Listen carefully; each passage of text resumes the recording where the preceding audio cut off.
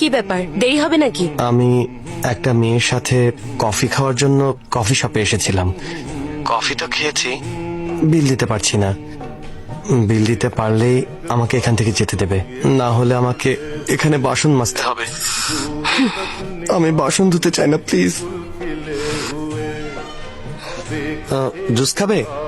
দরকার নেই, আমার সাথে কেন খাবে? সব সময় ধরা পড়ে যায়, হয় ওকে মেরে ফেলা উচিত, নাহলে নিজে মরে যাওয়া উচিত। এটাও শুনে ফেললো নাকি?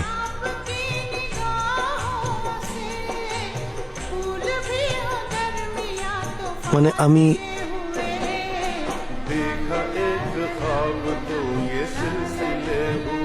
কিসের জন্য?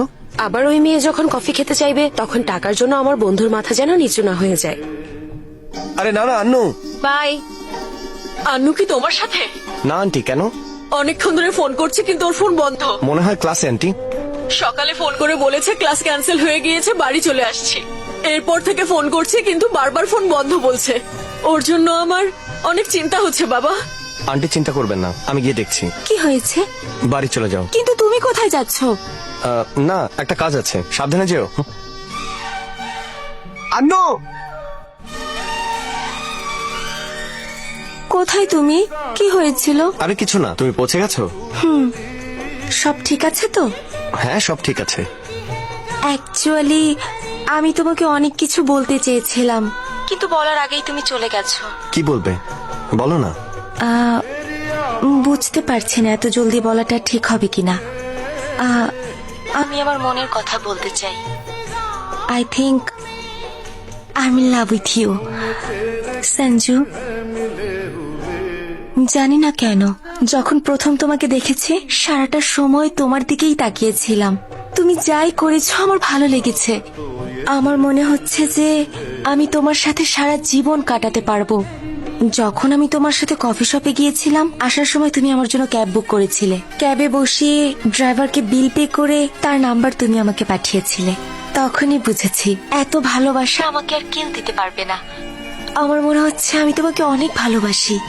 আমি তোমাকে সব সময় ভালো রাখবো সঞ্জু, আমাকে বিশ্বাস করো। I strongly believe I am in love with you. তোমার ফিলিংস আমি বুঝতে পারছি Ritu. I think I also in love.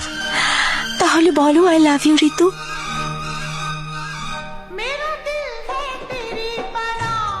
I am in love with Annu.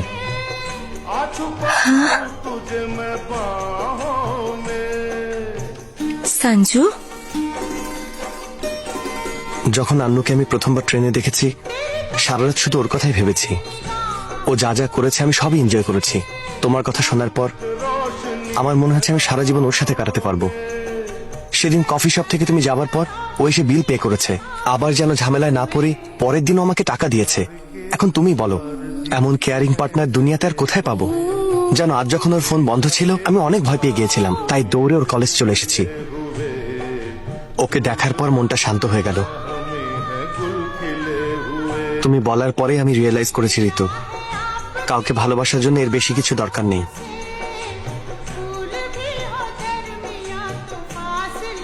I just realized I am in love with Annu. আমি কিছুই বুঝতে পারছি না সঞ্জু। এই মুহূর্তে তুমি আসলে কি ভাবছো সঞ্জু? আমার মনে হচ্ছে যে আমাদের দুজনের মধ্যে যা ছিল শুধু অ্যাট্রাকশন। So friends. সঞ্জু, চলো যাই।